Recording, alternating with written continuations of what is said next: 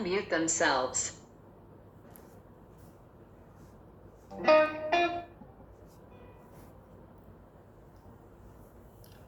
ओम नमोर्यंताणं नमो सिद्धाणं नमो आर्याणं नमो वज्रायाणं नमो लोहे सव्वसाहुणं मंगलं भगवान् वीरो मंगलं गौतमो गणी मंगलं कुन्दकुन्दार्यो जैनधर्मोऽस्तु मंगलम्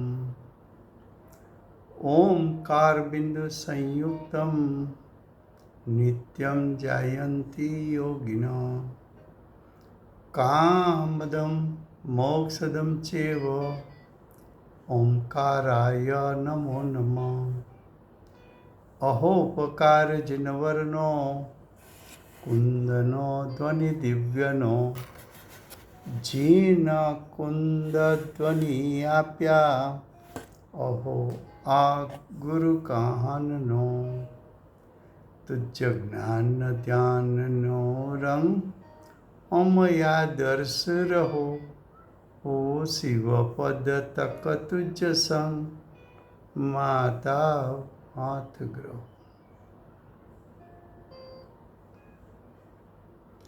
ये समयसार नाम का परम अध्यात्म शास्त्र है।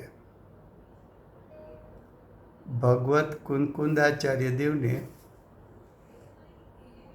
मांगलिक करके समयसार को कहने की प्रतिज्ञा की है। समयसार का तीसरा अधिकार पुण्य पाप अधिकार चलता है। पुण्य पाप अधिकार में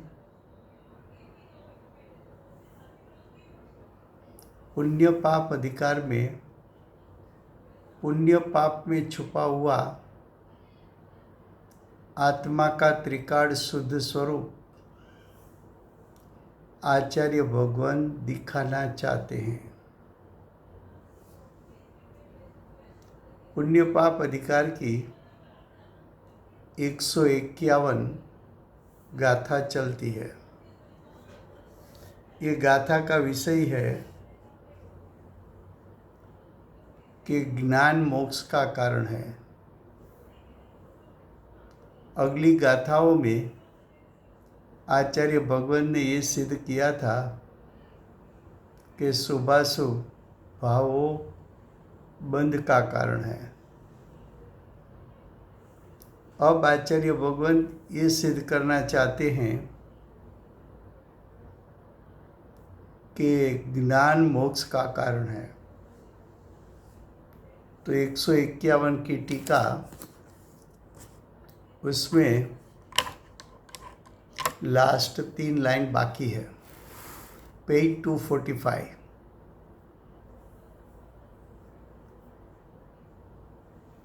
स्वतः, स्वतः का अर्थ है स्वयं।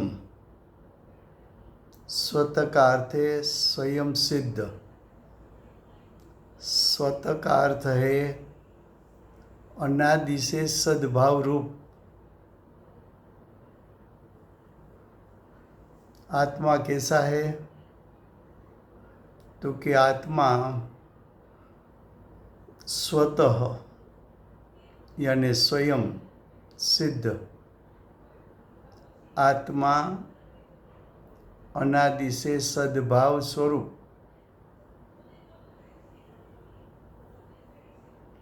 तो आत्मा सद्भाव स्वरूप किसके कारण है?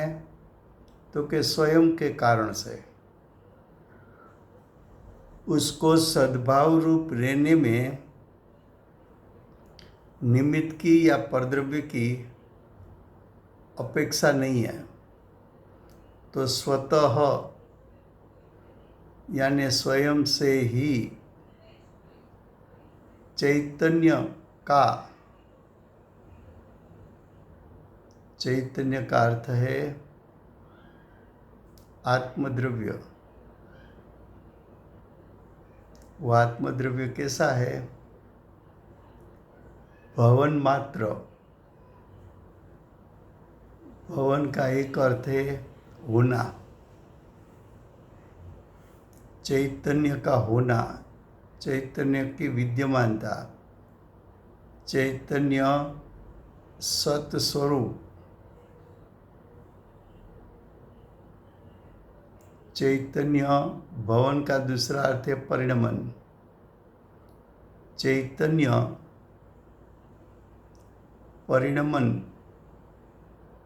चैतन्य रूप परिणमन करना, वो आत्मा का स्वरूप यानी स्वस्वभाव है। आत्मा विद्यमान है, विद्यमान है, विद्यमान है। उसका निर्णय कैसे होता है? तो कि तेरा ज्ञान दर्शन का व्यापार चलता है, तो ज्ञान दर्शन व्यापार ज्ञान दर्शन स्वभाव के बिना नहीं होता, और ज्ञान दर्शन आत्मा के बिना नहीं होता। जैसे मेरे घर में लाइट जलती है, वो ऐसा सिद्ध करता है कि राजकोट का पावर हाउस चालू है। राजकोट का पावर हाउस विद्यमान है। वैसी तरह जानन देखन क्रिया, वो चैतन्य का परिणाम। ये चैतन्य परिणाम ज्ञान दर्शन जानन देखन, वो ज्ञान दर्शन गुण बिना होता नहीं, और ज्ञान दर्शन गुण आत्मा के अलावा होता नहीं। तो चैतन्य को सिद्ध करना है, चैतन्य की विद्यमानता सिद्ध करना है, चैतन्य का सद्भाव सिद्ध करना है, तो उसका परिणमन से वो सिद्ध हो जाता है। चैतन्य रूप परिणमन करना, वो आत्मा का स्वस्वभाव होने से सद्भाव है। ऐसा चैतन्य स्वभाव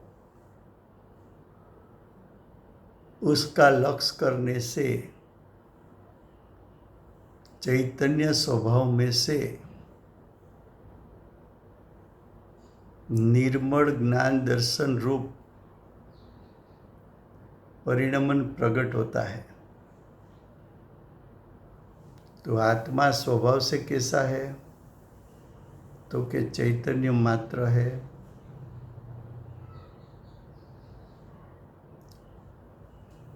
उसका अस्तित्व मात्र है।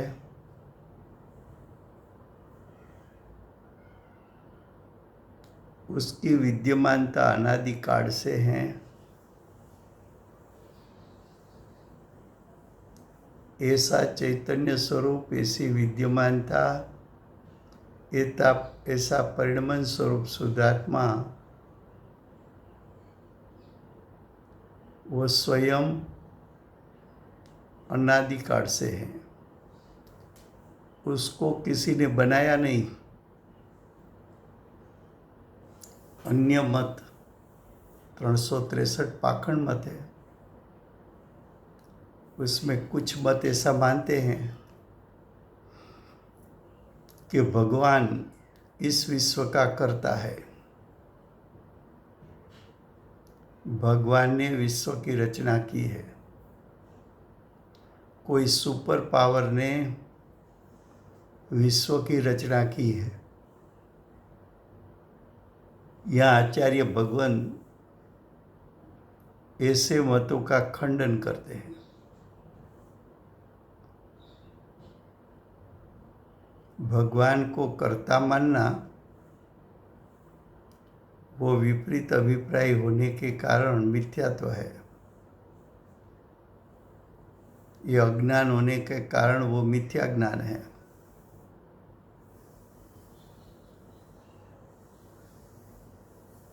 ऐसा मिथ्या अभिप्राय को छोड़कर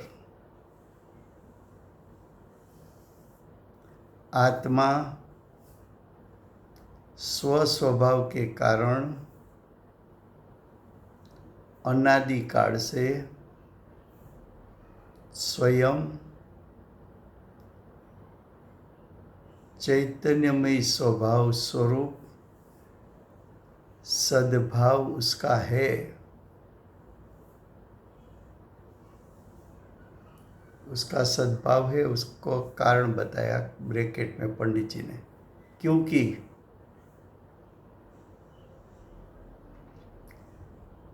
जो स्वतः हो यानी जो स्वयं हो वो सत यानी विद्यमान, सत यानी स्वस्वभाव ही हो। जो स्वयं होता है कब होता है कि स्वयं के पास सत स्वभाव हो तो वो स्वयं होता है। विश्व के सभी द्रव्य स्वतः है, स्वयं है, स्वयं से सद्भाव स्वरूप है और विश्व के सभी द्रव्य का लक्षण सत है। सभी द्रव्य सत स्वरूप है, सभी द्रव्य का सत स्वभाव है। वैसी तरह जीव भी सत स्वभावी है। जीव भी स्वतः है, स्वयं है।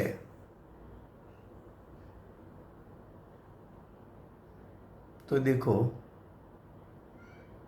ये आत्मा और उसका ये लक्षण सत, ऐसा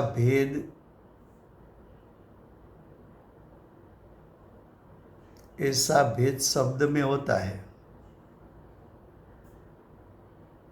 वस्तु में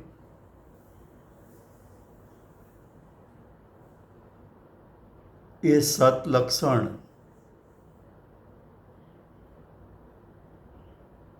ये चैतन्य लक्षण और ये आत्मा, ऐसा वस्तु में भेद नहीं है।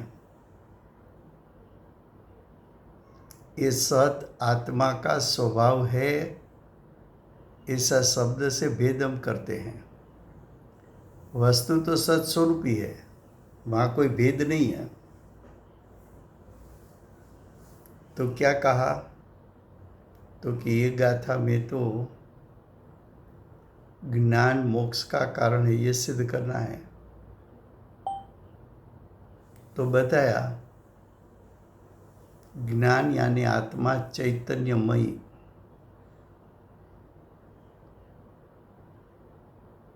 चैतन्यमयीपणा कब से है? तो क्या अनादिकाल से। चैतन्यमयीपणा किसके कारण है? तो कि चैतन्यमयीपणा तो आत्मा का, जीव का स्वतः है, किसी ने किया नहीं है। अनादिकाल से मैं जानन देखन स्वभावी हूँ, वो मेरा ज्ञान, वो मेरा चैतन्य स्वरूप, उसका लक्ष्य करने से मोक्ष की प्राप्ति होती है। फिर से गुजराती में,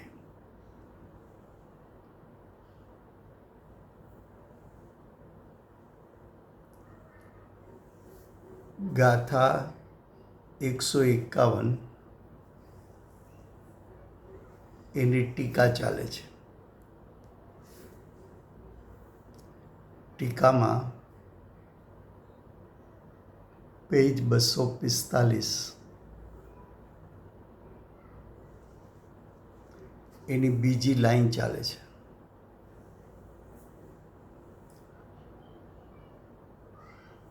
બીજી લાઈનમાં એમ કહ્યું, સ્વતઃ। સ્વતઃ કોને કહેવાય? કે પોતે પોતાથી હોય, પોતે પોતાથી સિદ્ધ થાય, પોતે સ્વયં સદભાવ સ્વરૂપ પોતાનું અસ્તિત્વ પરને કારણે નથી, પોતાનું અસ્તિત્વ પોતાના ત્રિકાળ સ્વભાવને કારણે છે। પોતે પરથી નિરપેક્ષ છે, નિમિત્તથી પણ નિરપેક્ષ છે। એને સ્વતઃ કહેવાય, એને સ્વયં કહેવાય, એને સત સ્વરૂપ કહેવાય, એને સદભાવ સ્વરૂપ કહેવાય। તો પહેલો શબ્દ છે સ્વતઃ, એટલે પોતાથી જ। ચૈતન્યના, ચૈતન્ય એટલે આત્મા, ભવન એટલે હોવું, ચૈતન્યનું હોવું,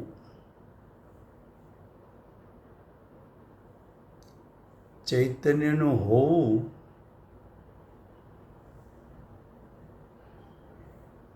એ ચૈતન્યનો સ્વસ્વભાવ છે, સ્વરૂપ છે। તો ચૈતન્યનું હોવાપણું ક્યારથી છે? તો કે અનાદિથી છે। ચૈતન્યને કોણે ઉત્પન્ન કર્યો? તો કે એનો ઉત્પત્તિ કોઈ કરી નથી। એનો જન્મ કોને કર્યો? તો કે એનો જન્મ કોઈ કર્યો જ નથી।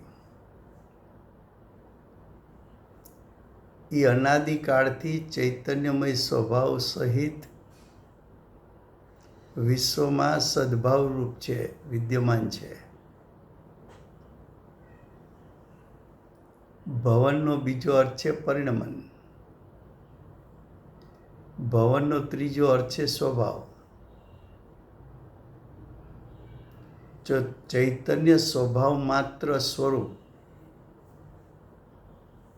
આત્મા કેવો છે? ચૈતન્ય સ્વભાવ માત્ર। ચૈતન્ય માત્રપણું ક્યારે છે? તો કે ત્રણેય કાળ પ્રતિ સમય।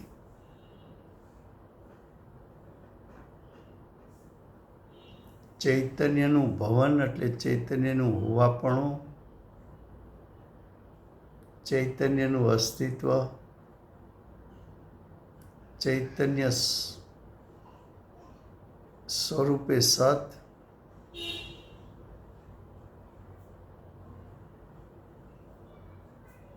તો કે આ ચૈતન્યની વિદ્યમાનતા ત્રણેય કાળ પ્રતિ સમય છે। તું જ્યારે એનું લક્ષ્ય કરવા માંગે ત્યારે લક્ષ્ય કરી શકે છે, અને એનું લક્ષ્ય થતાં ચૈતન્યના લક્ષ્યે પ્રગટ થતા પરિણામ પણ ચૈતન્યમય પ્રગટ થાય છે।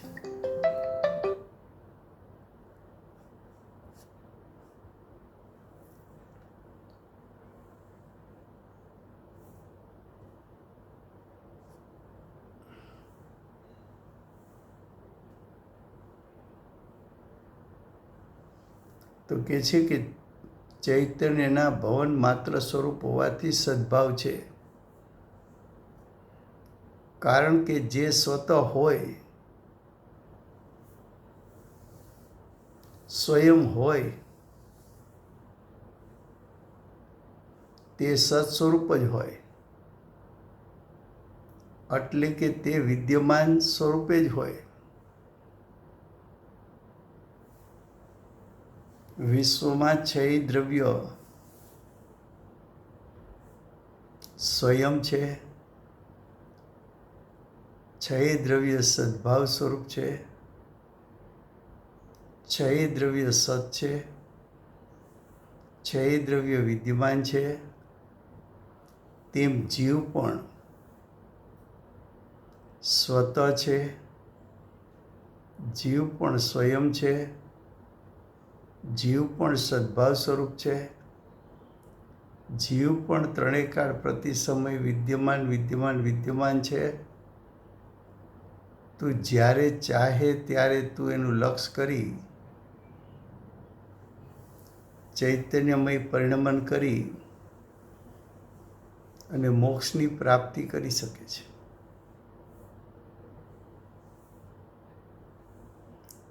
વસ્તુ સ્વરૂપનું વર્ણન કરીએ ત્યારે શબ્દથી ભેદ પડે, પણ વસ્તુમાં ભેદ નથી. આત્માથી ચૈતન્યપણું જુદું નથી. આત્માથી એનું હોવાપણું જુદું નથી.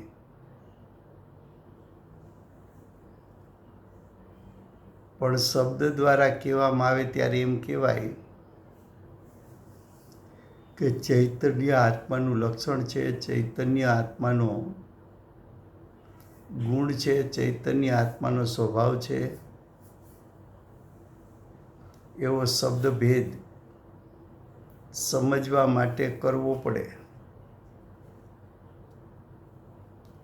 દ્રષ્ટિના વિષય તરીકે જે ચૈતન્યમય શુદ્ધાત્મા દ્રષ્ટિમાં આવે છે,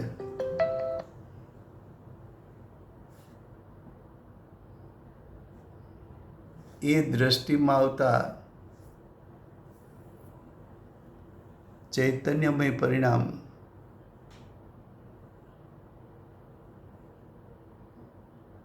દ્રષ્ટિમાં આવતા ચૈતન્ય ઉપર પડતા જે પરિણામ પ્રગટે છે, એ પણ ચૈતન્યમય પરિણામ પ્રગટે છે.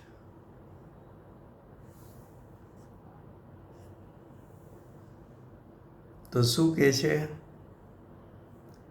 તો કે ગાથામાં તો સિદ્ધ એમ કરવું છે કે જ્ઞાન મોક્ષનું કારણ છે.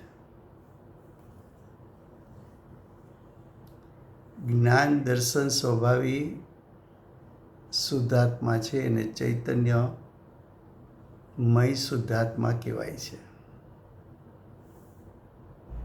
હવે આવો ચૈતન્યમય જે સ્વભાવ છે એનું લક્ષ થતા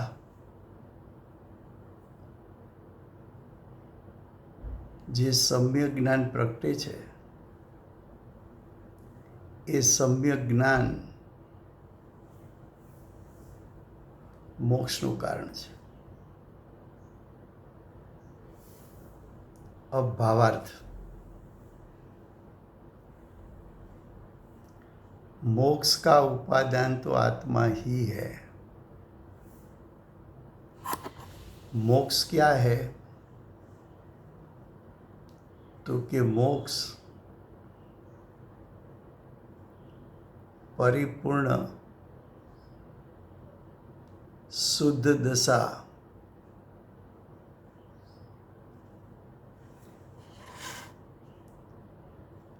मोक्ष क्या है? तो क्या पर्याय है.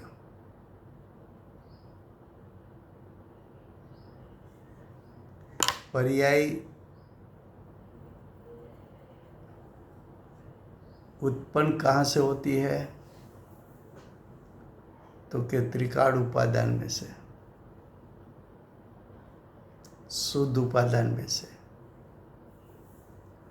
उपादान का अर्थ क्या है? तो कि निज स्वशक्ति, उपादान किसको कहते हैं? निज शक्ति को। उपादान किसको कहते हैं? स्वशक्ति को।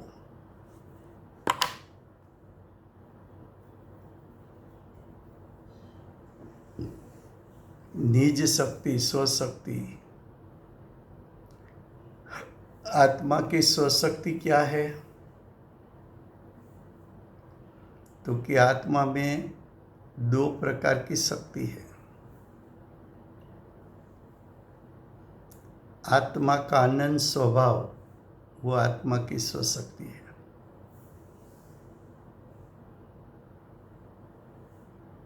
और आत्मा अनादि से अनंत काल तक परिणमन कर सके, ऐसी शक्ति का पिंड, उसको भी आत्मा को निज शक्ति कहने में आती है। फिर से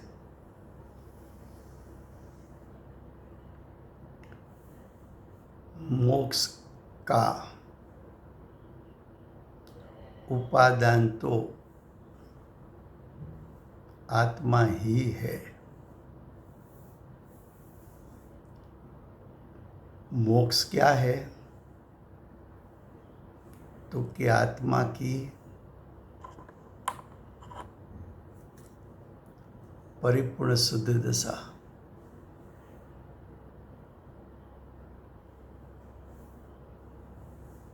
ये आत्मा की परिपूर्ण शुद्ध दशा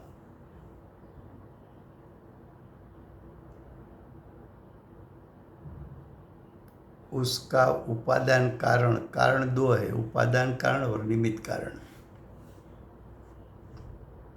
इसमें यहाँ उपादान की बात करनी है। उपादान कारण तो किसको कहते हैं? तो कि उपादान का अर्थ है निज शक्ति, स्वशक्ति। यहाँ मोक्ष की बात करनी है। मोक्ष किसका परिणाम है? तो कि जीव का परिणाम है।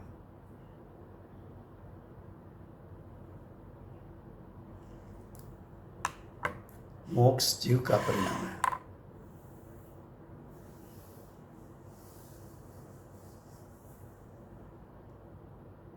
तो जीव की स्वशक्ति में से मोक्ष की प्रकटता हुई। जीव की स्वशक्ति में से मोक्ष रूप परिणाम प्रकट हुआ।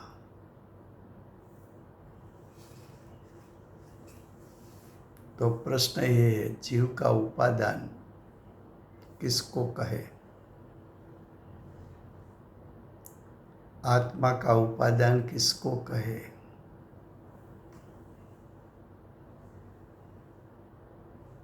तो कि आत्मा के पास अनंत स्वभाव है, वो भी आत्मा की निज शक्ति है।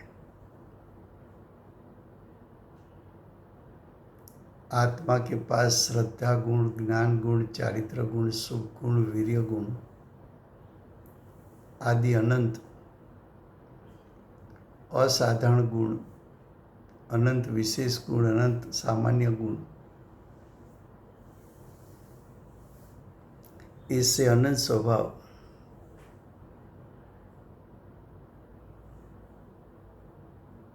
वो आत्मा की स्वशक्ति है। दूसरा तो कि आत्मा द्रव्य अनादि से अनंत काल परिणमन कर सके, ऐसी भी आत्मा में स्वशक्ति है। उपादान कैसा होता है? तो कि परिपूर्ण होता है, शुद्ध होता है, परिपूर्ण शक्ति रूप सामर्थ्य वाला होता है।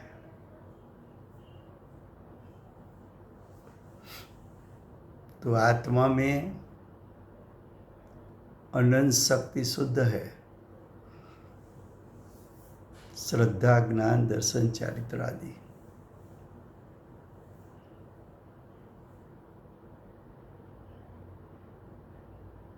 तो आत्मा का अनंत शुद्ध स्वभाव, उसमें से आत्मा के शुद्ध स्वभाव में से सादी अनंत काल परिपूर्ण शुद्ध मोक्ष की पर्याय प्रकट होती है। वो पर्याय आएगी कहाँ से? तो क्या आत्मा के त्रिकाल उपादान में से आएगी।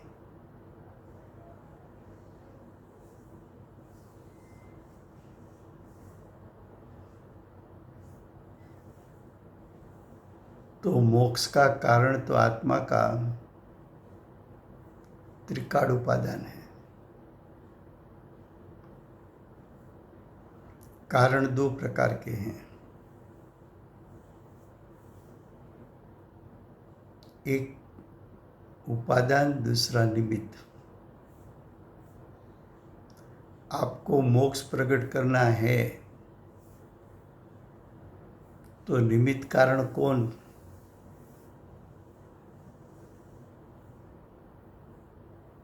तो के निमित्त कारण तीर्थंकर भगवान की दिव्य ध्वनि, वो निमित्त कारण। और तीर्थंकर भगवान की वाणी में से जो शास्त्र रचना हुई ऐसे आगम, वो मोक्ष का निमित्त कारण है।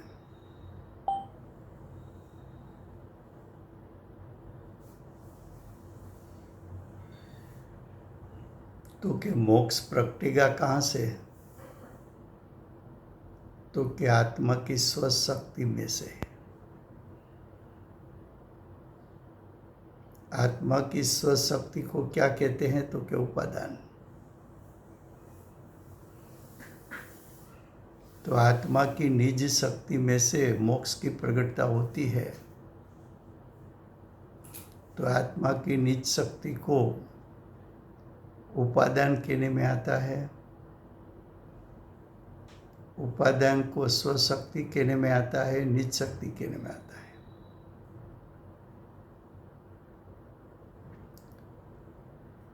अरिहंत सिद्ध परमात्मा तुझे मोक्ष दे नहीं सकते।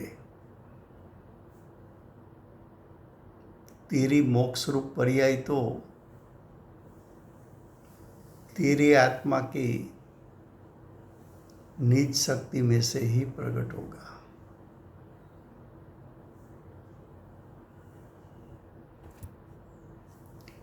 अब आगे, और परमार्थ आत्मा को, परमार्थ आत्मा का अर्थ है निश्चय आत्मा। परमार्थ आत्मा का अर्थ है शुद्ध आत्मा।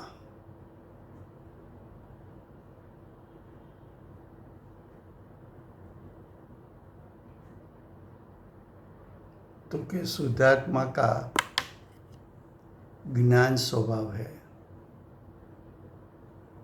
तो ज्ञान स्वभाव आत्मा की निज शक्ति हुई। एक ज्ञान स्वभाव में से केवल ज्ञान प्रकट होगा। ज्ञान स्वभाव में से क्षायी ज्ञान प्रकट होगा। जब मोक्ष प्रकट होगा तब आत्मा के अनंत अनुजीवी गुण परिपूर्ण सुतारूप परिणमन करते हैं। तो ज्ञान भी आत्मा का अनुजीवी गुण है, वो भी परिपूर्ण सुतारूप परिणमन करेंगे।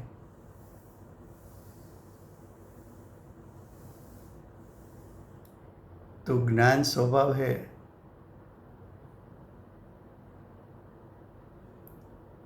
वो आत्मा है, उसमें से क्षायी ज्ञान प्रगटेगा। ज्ञान स्वभाव आत्मा का उपादान, आत्मा की निज शक्ति, आत्मा की स्वशक्ति, ज्ञान स्वभाव में से परिपूर्ण शक्ति रूप सामर्थ्य व्यक्त होता है। ज्ञान स्वभाव में से परिपूर्ण शक्ति रूप सामर्थ्य प्रकट होता है, उसको क्षायी ज्ञान कहते हैं। तो मोक्ष दशा प्रगटेगी तब क्षायी ज्ञान प्रकट होगा।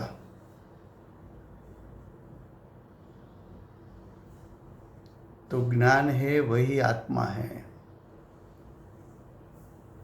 ऐसा क्यों कहा? तो कि ज्ञान आत्मा से भिन्न नहीं है, अभेद है, और आत्मा है वही ज्ञान है। ज्ञान बिना आत्मा नहीं, आत्मा बिना ज्ञान नहीं। इसलिए ज्ञान ही मोक्ष का कारण है। फिर से भावार्थ गुजराती में।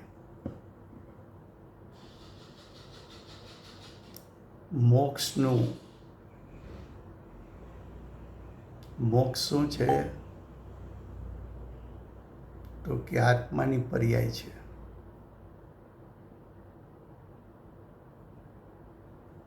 મોક્ષ શું છે? તો કે આત્માની પરિપૂર્ણ શુદ્ધ પર્યાય છે।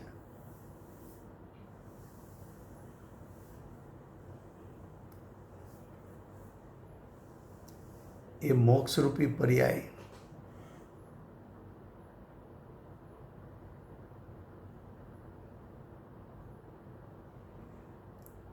એનું ઉપાદાન તો આત્મા જ છે। ઉપાદાન એટલે નિજ શક્તિ, ઉપાદાન એટલે સ્વશક્તિ, ઉપાદાનને નિશ્ચય પણ કહેવામાં આવે છે।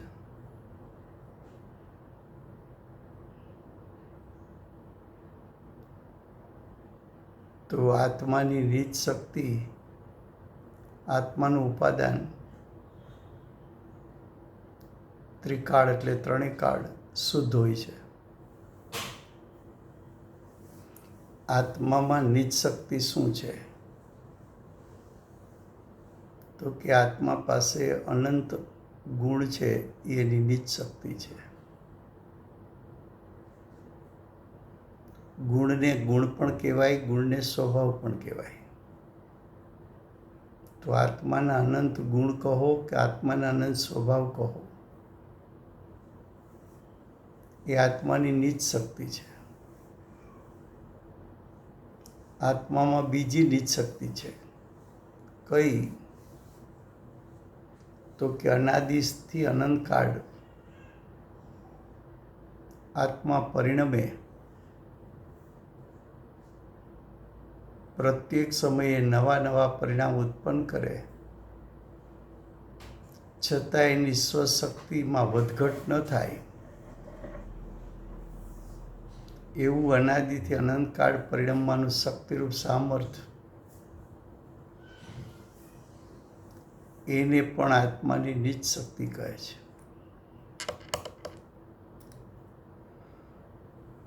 તો મોક્ષ છે પર્યાય, આવે છે આત્માના શુદ્ધ સ્વભાવમાંથી।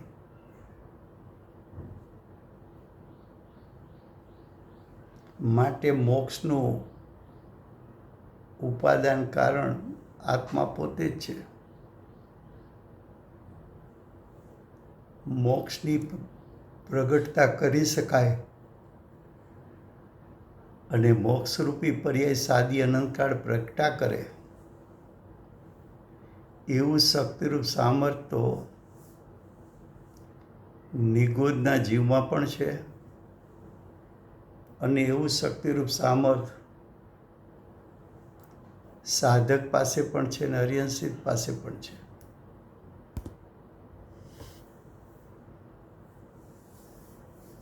તો એવું ત્રિકાળ સામર્થ્યને ઉપાદાન કીધું. શાસ્ત્રમાં પર્યાયના કારણ બે બતાવવામાં આવે છે. એક ઉપાદાન કારણ, બીજું નિમિત્ત કારણ. મોક્ષરૂપી પર્યાય પ્રગટ કરવાનું ઉપાદાન કારણ આત્માનો શુદ્ધ સ્વભાવ છે.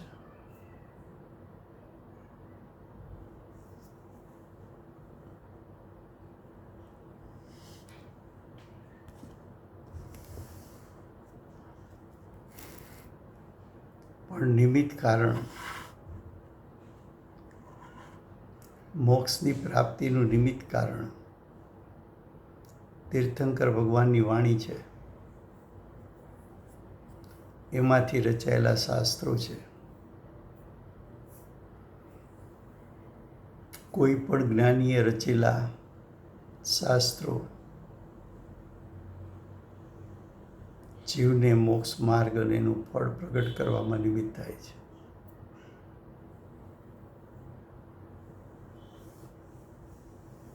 તો મોક્ષનું ઉપાદાન તો આત્મા જ છે.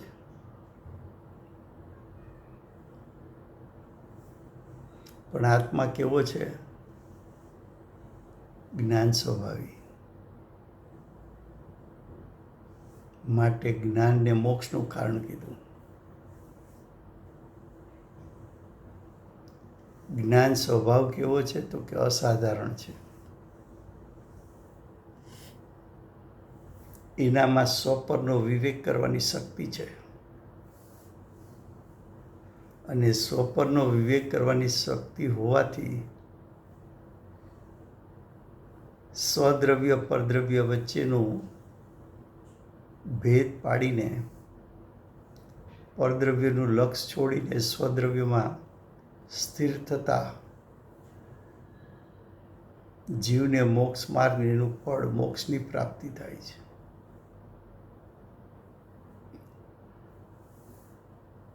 જ્ઞાન આત્માનો અસાધારણ સ્વભાવ હોવાથી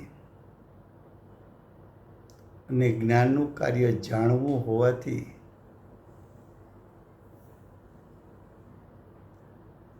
જ્ઞાન દ્વારા સ્વભાવ વિભાવને જુદા પાડી શકાતા હોવાથી જે જ્ઞાન સ્વભાવ વિભાવનો ભેદ પાડી વિભાવનું લક્ષ છોડી આત્મ સ્વભાવમાં તન્મય થાય તો એ જ્ઞાન મોક્ષનું કારણ બનતું હોવાથી જ્ઞાનને મોક્ષનું કારણ કહેવામાં આવે છે.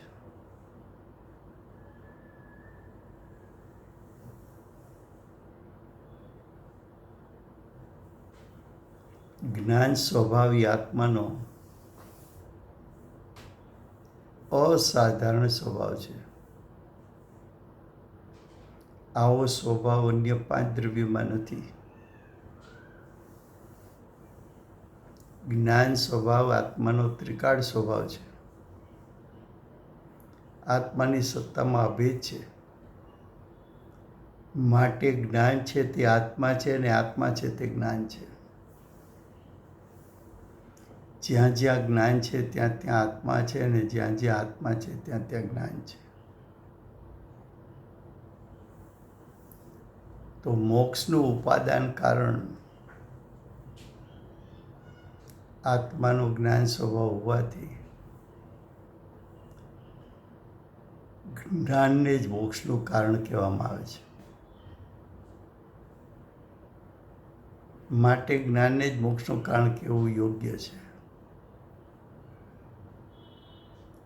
અબગાથા. રાજુભાઈ, એક જરાક મને પ્રશ્ન આવે છે.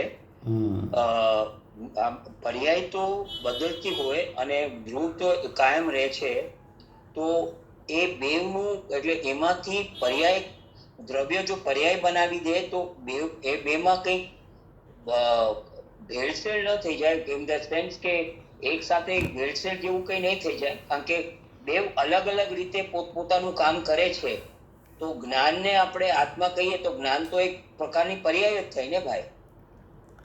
એટલે જ્ઞાન શબ્દના એ જરા confuse છે આ મારા મનમાં. જ્ઞાન શબ્દના 3 અર્થ કરે છે. એક જ્ઞાન એટલે પર્યાય લે તો સમ્યક જ્ઞાન છે, કેવળ જ્ઞાન છે, મતિ જ્ઞાન છે, હાજી. શ્રુત જ્ઞાન છે, અવધિ જ્ઞાન છે, મનપર્ય જ્ઞાન છે, કેવળ જ્ઞાન છે. ક્યારેક જ્ઞાન શબ્દનો અર્થ ગુણ તરીકે કરે હમ. અને ક્યારેક હાજી. આત્માને, આત્મદ્રવ્યને જ જ્ઞાન કહે. હાજી. કેમ? તો કે જ્ઞાન આત્મામાં અભેદ છે, માટે જ્ઞાન છે તે જ આત્મા છે અને આત્મા છે તે જ જ્ઞાન છે. એટલે એ જ્યારે એવી રીતે કે ત્યારે જ્ઞાન દ્રવ્યની વાત કરે છે. હા હા.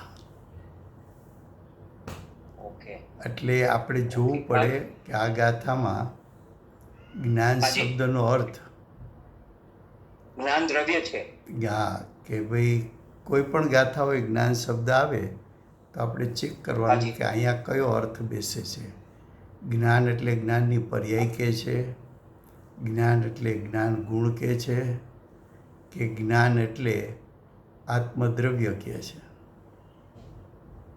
પણ આ ગાથા પૂરતું તો આ જ્ઞાન દ્રવ્ય જ કે છે. એટલે જો તમે જ્ઞાનને દ્રવ્ય કહો તો એમ કેવું હાજી. છે, તો એમ કેવું છે કે આત્માનું લક્ષ કરવાથી જ, એટલે જ્ઞાન સ્વભાવી આત્માનું લક્ષ કરવાથી મોક્ષની પ્રાપ્તિ થાય છે. હા બરાબર. હા બરાબર. તો એ ગાથાનો મૂળ આશય શું હતો? કે જ્ઞાન મોક્ષનું કારણ છે. પછી હા હા. જ્ઞાનની પર્યાય તરીકે અર્થ કરો સમ્યક જ્ઞાન. હા. તો કે સમ્યક જ્ઞાન સ્વપરનો વિવેક કરતું હોવાથી અને પરનું લક્ષ છોડી સ્વભાવ તરફ જ્ઞાન વળતું હોવાથી હાજી. ક્રમે કરીને શુદ્ધતા વધતી જાય છે અને એકવાર પરિપૂર્ણ શુદ્ધતા પ્રગટે છે, હા. માટે જ્ઞાન મોક્ષનું કારણ છે. તે પર્યાયથી વાત કરી. પછી ગુણથી વાત કરવી હોય તો જ્ઞાન ગુણ લક્ષણ છે હાજી. અને લક્ષણ દ્વારા લક્ષને ગ્રહી શકાય છે. બરાબર બરાબર બરાબર છે. તો જ્ઞાન દ્વારા જ્ઞાયકને ગ્રહણ કરવાથી મોક્ષની પ્રાપ્તિ થાય છે. એટલે ત્રણે પડખાથી જોઈ શકાય. હા, જોઈ શકાય. ત્રણે હા, પડખાથી જોઈ જોઈ શકાય. શકાય. બરાબર. Okay. Thank you very much. હા. હવે ગાથા 152 એનું એડિંગ છે હવે. હવે શબ્દનો અર્થ છે કે આગલી ગાથામાં આચાર્ય ભગવંતે જ્ઞાન મોક્ષનું કારણ છે એમ કહ્યું છે. એ કહ્યા પછી હવેની ગાથામાં શું કહે છે? એ હવે શબ્દનો અર્થ થયો. પછી આગળ કહે છે આગમમાં પણ. તો કે આગમ કોને કહેવા? તો કે ભગવાનની દિવ્ય ધ્વનિ આગમ છે. દિવ્ય ધ્વનિ માંથી ગણધરોએ રચેલા શાસ્ત્રો પણ આગમ છે. તીર્થંકર પરમાત્મા આગમની રચના કરતા નથી.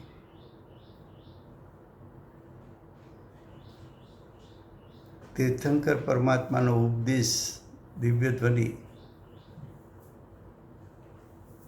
એ જ આગમ છે. શાસ્ત્ર રચના કોણ કરશે? તો કે ભગવાનની સભામાં સાક્ષાત બિરાજમાન ગણધર કે જે 4 જ્ઞાનના ધણી છે અને 64 રુધિના ધારક છે ને તદભવે મોક્ષ જનારા છે, એવા ગણધર શાસ્ત્ર રચના કરશે. આપણા ગુરુદેવ છે એ તીર્થંકરનું દ્રવ્ય છે. તો ગુરુદેવને વર્તમાન કાળ તરફથી જોવું તો ગુરુદેવે કંઈ શાસ્ત્ર રચના ન કરી, પણ ઉપદેશ આપ્યો.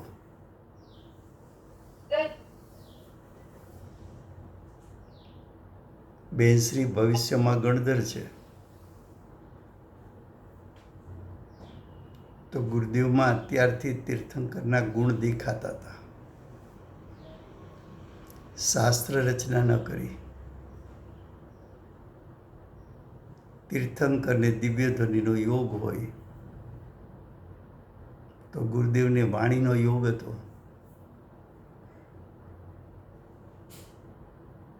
એમ બેનશ્રીમાં ગણધરના ગુણ જોવા મળતા કે બેનશ્રી વચનામૃત તો શાસ્ત્ર રચના થઈ, સાધનાની વાણી તો શાસ્ત્ર રચના થઈ, જ્ઞાન વૈભવ તો શાસ્ત્ર રચના થઈ.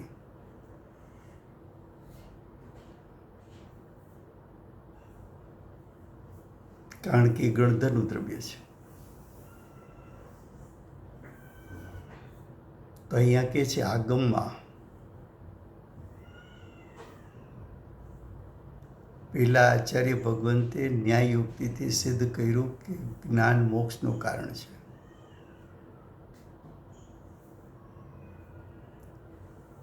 હવે આચાર્ય ભગવંતને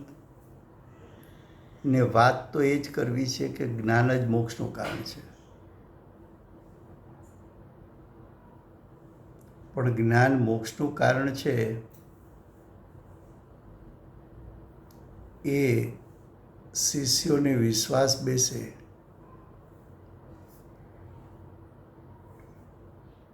એટલે એમ કહ્યું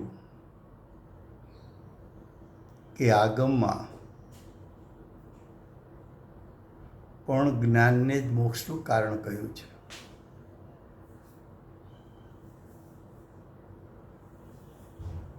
તો તીર્થંકર ભગવાનની વાણીમાં આચાર્ય ભગવાન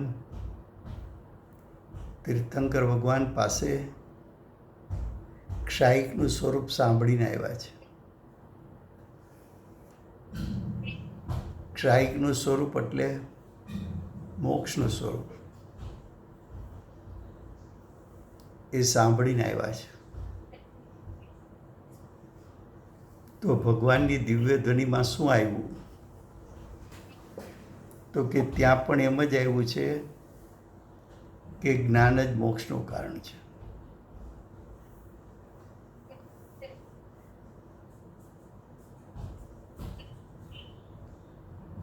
फिर से हिंदी में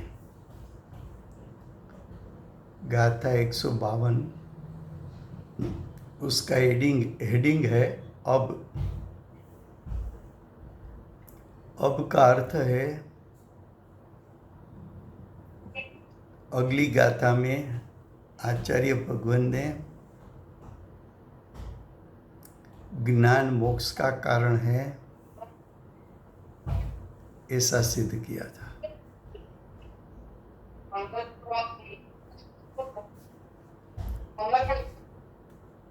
ज्ञान मोक्ष का कारण है ऐसा सिद्ध किया.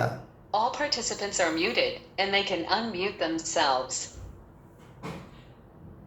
ज्ञान मोक्ष का कारण ऐसा सिद्ध किया.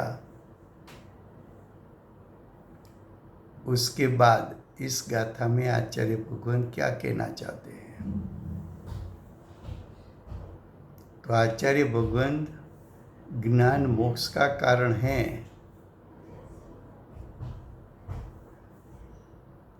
ये बात आगम में बताई है. आगम એટલે તીર્થંકર ભગવાન की दिव्य ध्वनि ओम ध्वनि उसमें भी ऐसा आया था कि ज्ञान मोक्ष का कारण है। भगवान के पास कुंकुंदाचार्य देव जब गए तो बेंसरी ने जाति स्वर्ण में जो बात आई उसमें लिखा है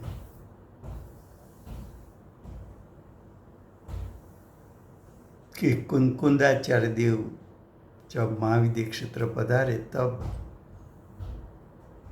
भगवान की वाणी में क्षाई का स्वरूप आया था। क्षाई यानी मोक्ष, मोक्ष यानी अनंत ज्ञान, अनंत दर्शन, अनंत सुख की बात आई थी। तो वो स्वरूप तो आचार्य भगवान के पास सुन के आए हैं दिव्य ध्वनि में। इसलिए आचार्य भगवान ने कहा कि आगम में भी ज्ञान को ही मोक्ष का कारण कहा है। शुभाशुभ भाव को मोक्ष का कारण नहीं कहा। शुभाशुभ भाव तो बंध का कारण है। जिस कारण से बंध होता है वही कारण से मोक्ष कैसे होगा?